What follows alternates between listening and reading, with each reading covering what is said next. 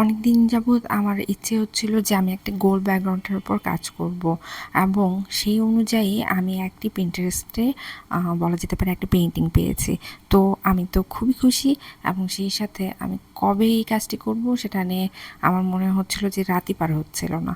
যাই হোক, আমি শেষমেশ কাজটি শুরু করেছি এবং কমপ্লিটও করেছি। হ্যালো এভরিওয়ান, আমি ঋতু, কালার প্যালেট পেজে আপনাদের সবাইকে স্বাগতম। এখানে আমি ব্যাকগ্রাউন্ড হিসেবে বলা যেতে পারে সবুজের একটি শেড ব্যবহার করেছি। সেটি একেবারে গোলের মতন করে নিয়েছি এবং সেটার পাশ দিয়ে আমি একটু বর্ডার লাইনের মতন করে নিয়েছি। সেটা আমি খয়েরি রং ব্যবহার করেছি। এখানে আমি দুটি ফিগারের কাজ করছি। একটি হচ্ছে ফিমেল ফিগার, একটি মেল ফিগার। এখানে তারা স্কুটি চালাচ্ছে এবং যে ফিমেল ফিগারটি রয়েছে সেটি পিছনে বসে রয়েছে।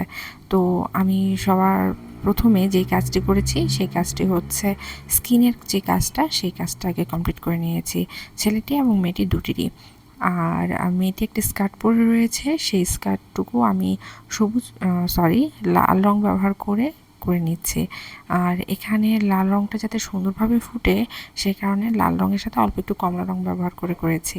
যেহেতু আমার ব্যাকগ্রাউন্ড হচ্ছে সবুজ, সেক্ষেত্রে কাজ একটু রংটি একটু ফুটিয়ে তোলানো আমার জন্য একটু কষ্টকরই হবে, কিন্তু কিছু করার নেই। কষ্টকর হলেও করতে হবে। এখানে যে মেয়েটি একটা টি শার্ট পরে রয়েছে সেটি আমি হলুদ রং ব্যবহার করছি। এখন চলে যাচ্ছি মেল ফিগারের দিকে। মেল ফিগার একটা জিন্সের প্যান্ট পরে রয়েছে, সেটি আমি নীল কালার ব্যবহার করে নিচ্ছি এবং শার্ট একটি পরে রয়েছে, সেটি আমি বলা যেতে পারে লাল কালার ব্যবহার করে নিচ্ছি। ছেলেটি হাতাটির অংশটুকু ফোল্ড করা রয়েছে, সেই ফোল্ড অংশটুকু আমি অন্য কালার ব্যবহার করেছি, বলা যেতে পারে যে কমলা রং ব্যবহার করেছি যাতে দেখতে সুন্দর লাগে। স্কুটিটা প্রথমে আমি বলা যেতে পারে যে স্কাই কালারটিকু ব্যবহার করার চেষ্টা করেছিলাম, কিন্তু আমার কাছে মনে হলো যে একদমই ফুটছে না। তো স্কুটি আমার হলুদ রঙের খুব পছন্দ, তাই আমি ভাবলাম যে হলুদ রং ব্যবহার করি যাতে দেখতেও ভালো লাগে এবং সুন্দরভাবে ফুটে ওঠে। তো হলুদ রং ব্যবহার করে আমি স্কুটির কাজ করেছি। এখানে হলুদ রং আমি দুটি কালার ব্যবহার করেছি, একটা লাইট এবং একটু ডার্ক। এর মধ্যে আমি মেয়েটির ব্যাগের কাজটুকু করেছি। ব্যাগটুকু আমি কমলা রঙের ব্যবহার করেছি এবং মেয়েটি মাথায় একটি ব্যান্ড পরে রয়েছে, সেই ব্যান্ডটুকু আমি কমলা রং ব্যবহার করে নিয়েছি। আর চুলের অংশগুলো করে নিচ্ছি। তারপর স্কুটির যে আয়নার যে লুকিং মিরর যেটা বলে সেটাও করে ফেললাম। তারপর মেয়েটির চুলের অংশ করে নিলাম। এখন বলা যেতে পারে কালো রং ব্যবহার করে আমি একটু ডিটেলিং বের করে আনার চেষ্টা করছি। মেয়েটির চুলের কাজ শেষ হয়ে গেল, টি শার্টের কাজ করছি। সেই সাথে মেয়েটি যে স্কার্ট পরে রয়েছে সেই স্কার্টের একটু ভাঁজ, তারপর ডিটেলিং বের করে আনছি। ছেলেটির জিন্সের প্যান্ট, তারপর জুতার অংশ, এগুলো করে ফেললাম। সেই সাথে স্কুটির যে লাইটটুকু রয়েছে সেটুকু করছি এবং স্কুটির ডিটেলিং বের করে আনছি। তারপর স্কুটির যে চাকা, সেই চাকার কাজ করব। আর চাকার সামনে একটা, আমি জানি না এটাকে কী বলে, ওই একটা অংশ থাকে না, সেই অংশটুকু করে ফেললাম। সেই অংশটুকু তো করে ফেলেছিলাম আগেই, কিন্তু ওই যে বর্ডার লাইন দিয়ে দিলাম যাতে দেখতে ভালো লাগে, সুন্দর লাগে। তারপর চাকার কাজ করে ফেললাম। তারপর আমার কাছে মনে হচ্ছিলো ব্যাকগ্রাউন্ডটি খুবই ফাঁকা লাগছে, তো বরাবরের মতো আমি একটু ডিজাইন করব। এখানে আমি সাদা রং ব্যবহার করেছি। আর ইদানিং আমার এই ডিজাইনটি খুব ফেভারিট হয়েছে।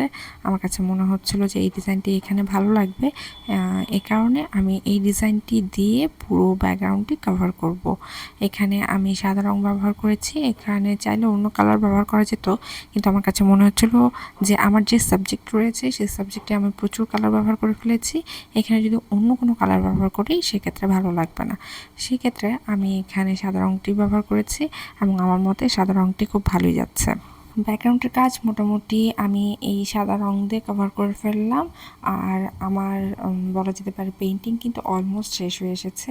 ও হ্যাঁ, মেয়েটির যে জুতো পরে রয়েছে সেই জুতার কাজই আমি করে নিই। দেখেন, এখানে আমি সাদা রং ব্যবহার করে মেয়েটির জুতার কাজ করেছি এবং জুতার মাঝখানের অংশটুকু আমি অ্যাশ কালার ব্যবহার করেছি।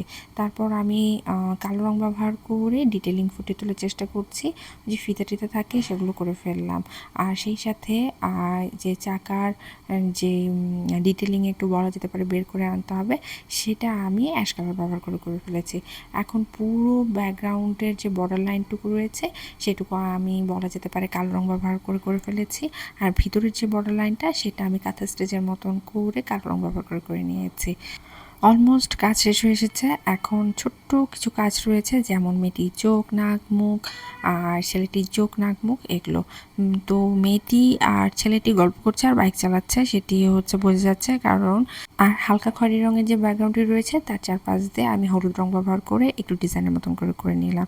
এই তো কাজ আমার শেষ। ভিডিওটি যদি ভালো লেগে থাকে লাইক, কমেন্ট, শেয়ার করতে ভুলবেন না। ধন্যবাদ।